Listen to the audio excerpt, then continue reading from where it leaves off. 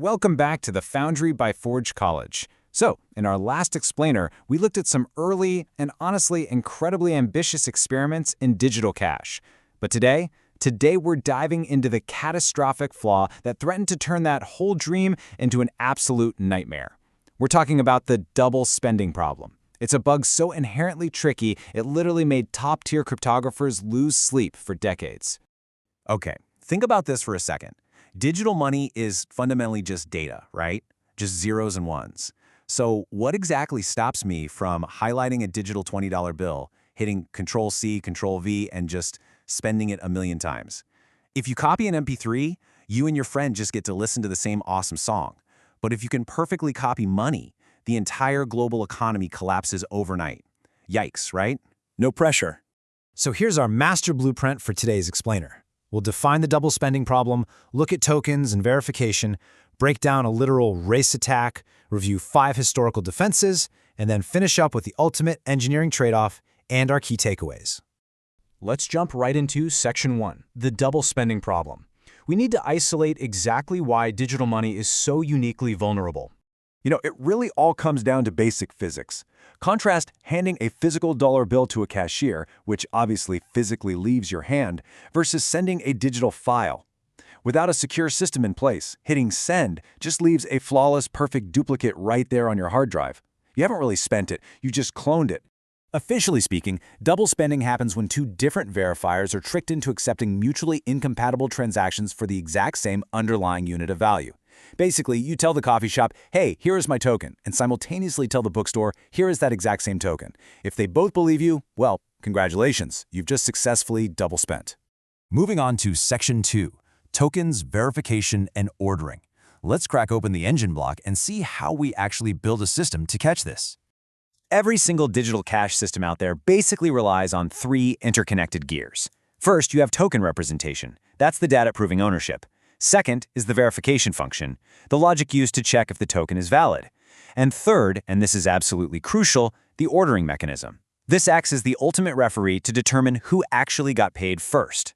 Now, regardless of how you format your ledger, ordering is everything. Whether a system uses a UTXO model, which asks, is this specific coin output unspent?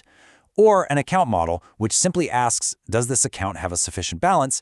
They both fundamentally rely on independent verifiers agreeing on exactly what happened chronologically. Without an agreement on time, there's just no truth. All right, Section 3, Anatomy of a Race Attack. Let's watch a literal foot race where a malicious actor exploits the laws of physics and network lag. Picture this timeline. A sneaky attacker is racing against the clock.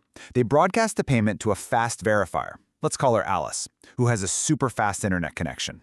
A fraction of a second later, they send the exact same digital token to Bob, who is stuck on a slower connection way across the network. Because Alice and Bob are totally out of sync, they both accept the token. Then, when the network finally tries to merge these histories, bam, a massive, messy collision. And this brilliantly illustrates our core vulnerability, the acceptance window. It's this brief, super dangerous period of time before a network fully synchronizes. Because there's no globally enforced instantaneous order, this window stays open just long enough for an attacker to slip right through. And remember, they only have to win the race once. On to Section 4, 5 Historical Defense Strategies. Let's see how early cryptographers designed patches to slam that window shut. Strategy 1 is pretty naive, but hey, it's fast. The central operator check. You just trust a central authority not to steal your money, and you ask them to verify the database. It's incredibly efficient for sure, but it creates a massive single point of failure. If their server crashes, or if they just decide to take your money and run off to the Bahamas, well, your funds are gone. Strategy 2 uses serial number lists and receipts.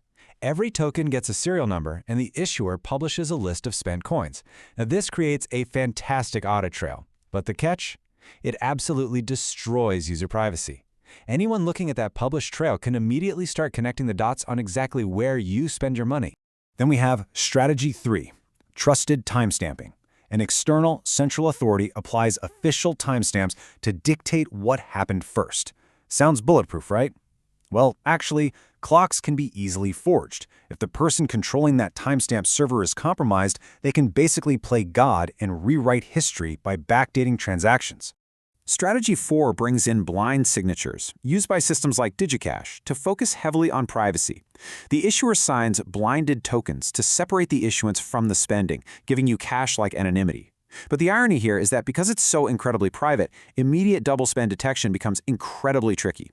It usually ends up forcing users right back to checking with a central server, which kind of defeats the whole point of peer-to-peer exchange. Finally, Strategy 5 introduces replicated ledgers and consensus. Multiple nodes maintain the state and agree on the order together via protocol. This completely removes the central trust point. The downside? It adds massive, heavy complexity and really painful network latency. You essentially have to wait for the whole network to agree before the barista will hand you your coffee. Section 5. The ultimate privacy trade-off. Let's talk about the brutal engineering compromises these historical systems faced. As you learn across Forge College's wider programs, systems architecture is basically just a giant balancing act.